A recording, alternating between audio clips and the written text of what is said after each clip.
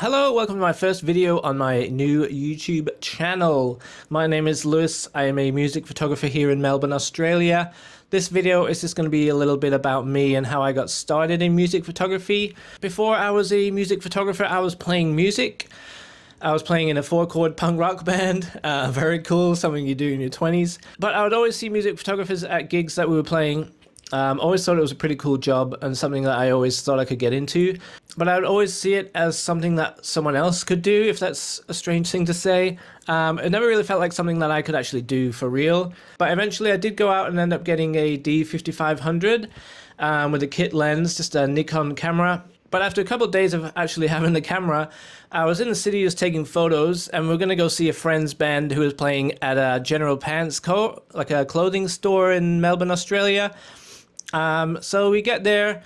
I wasn't planning on taking any photos or anything, but I did get a tap on the shoulder by someone that worked there. Apparently they had a photographer that bailed, and they knew that I had a camera, so they thought they'd give me a shot. They said they were going to pay me in like a backpack, some clothes and jeans, so I was like, yeah, sweet, like what's the worst that could happen? And pretty much from then I was just hooked. I got paid. I didn't get paid at all, but I got a backpack, got a hat, some nice clothes, and I think I ended up wearing the backpack like every day for at least 2 years after that. But luckily the photos did come out all right. They were strangely pretty happy. For it was a little bit of luck, I'm not gonna lie.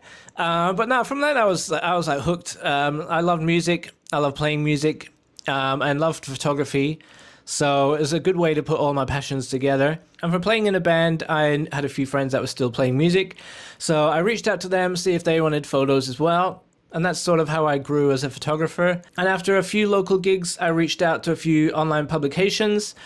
Started working with Beat Magazine, which was a big street mag here in Melbourne for a long while. And from there I was shooting local gigs, right up to huge like 2-day festivals. One of the goals that I had when photographing bands was to actually photograph a band that my dad would know, or my parents in general.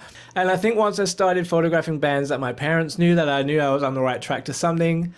And from there I just started reaching out to local bands and charging them. Started making a little bit of money in photography here and there, and all of that eventually led up to me moving to London with a plan to be a full-time music photographer. I moved in 2019, and as history tells us, once 2020 hit, the world shut down, every gig shut down, as well as my career as a music photographer. But it wasn't until during COVID that I sort of realized how burnt out I was from photographing gigs every week, a lot of late nights, a lot of staying up late editing. And it wasn't until COVID that I started resting, and I started realizing that my body did need a rest. So it was a bit of a wake-up call. And it hasn't really been until the last year or so that I've been getting back into music photography. But it isn't until now that I feel like I'm starting to really give it a go. Starting this YouTube channel, posting more on Instagram, only doing paid gigs from now on, and a couple other things that I've got on the back burner that I'm working on. So do like and subscribe. All of that jazz. I do feel awkward asking, 36 years old and being awkward in camera. But follow along for the journey. We'll both learn a few lessons, hopefully, and I'll see you in the next video.